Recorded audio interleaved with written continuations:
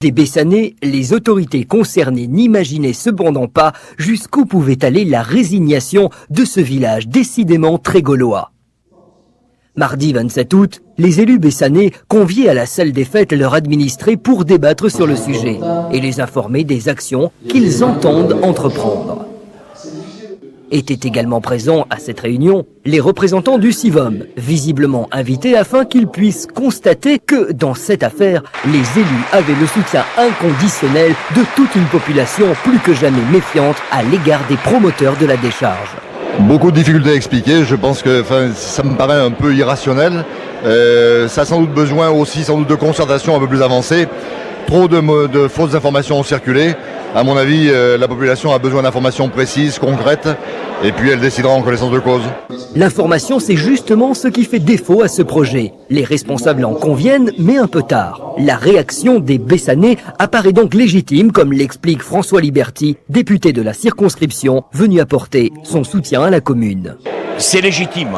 Moi, je comprends parfaitement aujourd'hui les jeunes de Bessin qui apprennent que le syndicat de l'ensemble de l'Ouest du Biterrois a imaginé que la solution passait par une extension de cette décharge sans que ni les élus, ni le conseil municipal de Bessane, ni le maire, ni la population n'aient été associés. Et d'ailleurs, ce qui a été dit ce soir le montre. Donc, première réaction contre la non-transparence, réaction normale. En cette veillée d'armes, la réaction des Bessanais va se matérialiser par la création d'un comité d'action à la stratégie clairement définie. Alors ce comité d'action va dans un premier temps organiser, mais avec tous les Bessanais. Le comité d'action, comme je l'ai dit, ne sera que la représentation de l'ensemble de la population de Bessan et des alentours. Les premières actions seront donc une manifestation prévue samedi à l'autoroute à partir de 10h.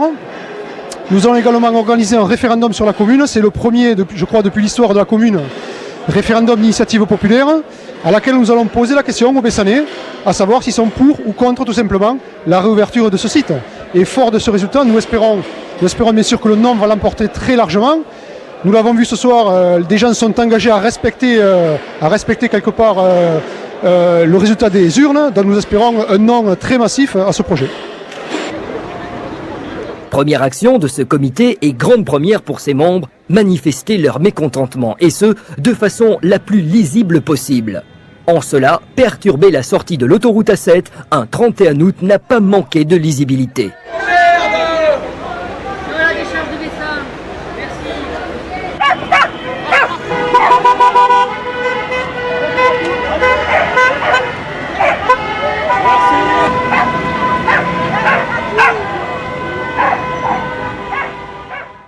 Bien au fait de l'importance de la communication, le maire de Bessan a ainsi pu prendre à témoin les médias alertés. C'est aujourd'hui un cri d'alarme que nous lançons.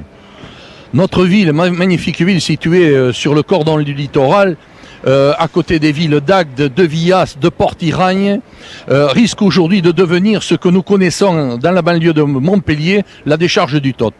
La population tout entière s'y oppose, ainsi que nos voisins d'Agde, de Villas, de Port-Iragne, Mont-Blanc, Saint-Thibéry, etc., ainsi que tous ceux qui sont situés sur la nappe astienne. Cette décharge va se situer sur une nappe très importante qui alimente de 20 à 30 communes et qui doit alimenter dans les 2 à 3 ans qui viennent notre commune.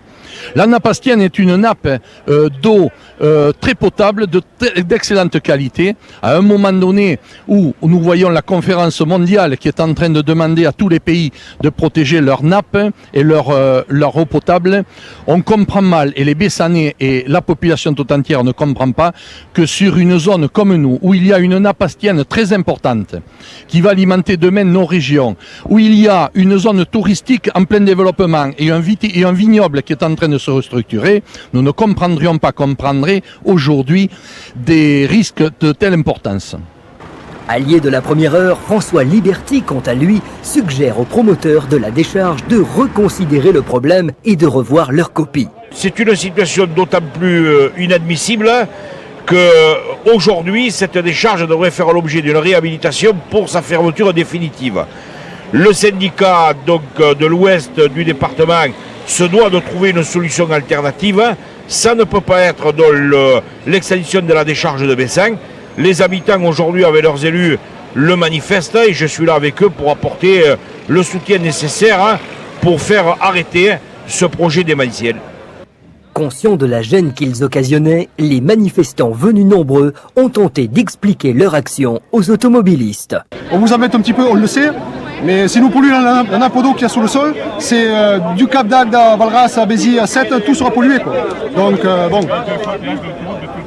Je sais monsieur, je sais. On s'excuse par avance, mais bon. Je suis désolé. Évitez de penser qu'une décharge peut être supportable. Ah ouais, non, c'est clair, avec la chaleur, c'est bon. Des usagers, hélas, pas toujours réceptifs aux préoccupations bessanaises. Ouais, mais nous non, monsieur, vous êtes dégueulasse, c'est pas vous. On va vous bloquer, 5 minutes. Qu'est-ce que vous voulez que je vous dise? Vous me donnez votre papier, là, donnez-moi votre papier. Je vais pas le lire, alors c'est pas la peine. Pourquoi vous venez chez nous? Parce que c'est la première fois, c'est une belle région, j'en reviendrai. Battu pendant des années contre cette décharge. Mais ils y sont pour rien, lui, c'est un touriste, il Mais c'est la seule façon qu'on a de nous faire entendre. C'est agressif. Agressif parce qu'ils sont agressifs, vous les voyez pas. Vous les bloquez ça. Eh bien, mais c'est normal qu'on les bloque. C'est normal qu'on les bloque. Personne ne nous écoute, personne n'est avec nous. C'est que la seule façon qu'on ait, c'est ça. Moi, je préférerais que le gouvernement ou que ceux qui sont à la décharge là-bas, eh bien, nous disent non, on arrête. Si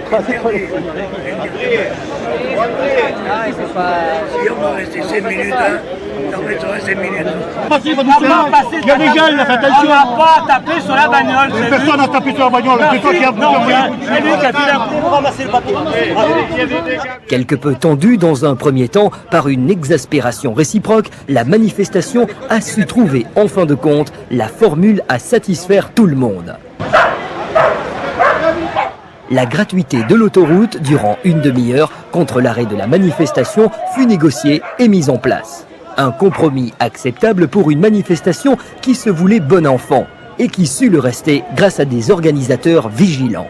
Entièrement satisfait de cette première manifestation. Les Bessanais et les communes bien au-delà, j'ai vu les responsables de Vias, Mont-Blanc, Agde, notre député François Libertier là, il y a beaucoup de monde qui a répondu présent et c'est très bien.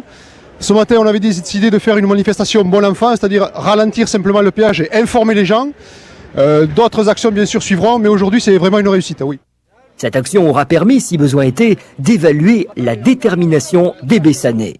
On n'a pas du tout envie que notre village devienne en fait la poubelle de tous les villages alentours, c'est-à-dire une fois que notre décharge sera complète et bien garnie, on n'a pas envie de l'agrandir davantage.